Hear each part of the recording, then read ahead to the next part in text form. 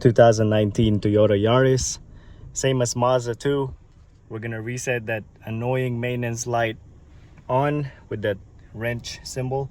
So what you do is you turn on your car, you press the home button right here, press the home button, press the home button right here, and then we're gonna scroll down to the applications. You're gonna tap this one to enter the applications. We're gonna scroll down to maintenance, click on that, tire rotation, click on it, all the way down to reset, click reset. You can do this to the oil change too.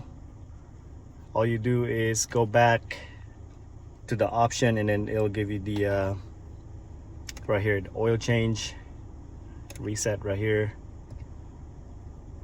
click reset,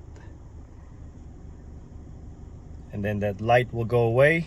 The wrench light went away, and that's it, guys. I hope this video helped you guys out. If you guys got any questions, comment below. Also click on the subscribe button, and again, thank you for watching.